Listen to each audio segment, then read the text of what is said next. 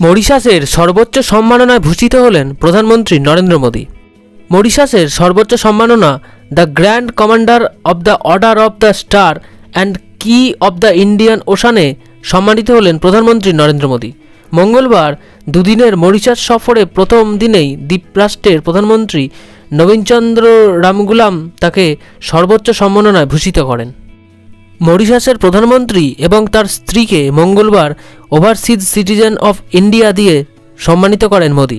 প্রসঙ্গত, এর আগে গায়না, কুয়েত, ডোমিনিকান রিপাবলিকের মতো দেশের সর্বোচ্চ অসামরিক সম্মাননা পেয়েছেন প্রধানমন্ত্রী নরেন্দ্র মোদী।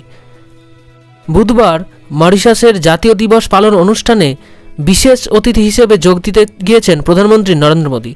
পাশাপাশি দুদিনের এই সফরে ভারত মহাসাগরীয় অঞ্চলে বাণিজ্যিক এবং কৌশলগত প্রভাব বাড়ানোর তার সফরের অন্যতম উদ্দেশ্য বলে মনে করা হচ্ছে।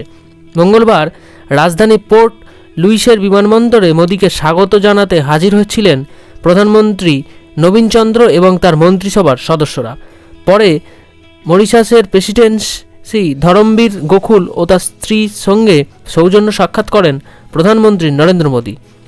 জরির করা বেনারসি শাড়ি, গুজরাতের তৈরি কারুকাজ করা সাদেলি বাস্কের পাশাপাশি মরিশাসের রাষ্ট্রনেতাদের জন্য প্রধানমন্ত্রী নিয়ে যাওয়া উপহারের তালিকায় ছিল বিহারের খাদ্য মাখনা এবং প্রয়াগরাজ সঙ্গমের কুম্ভের পবিত্র জল।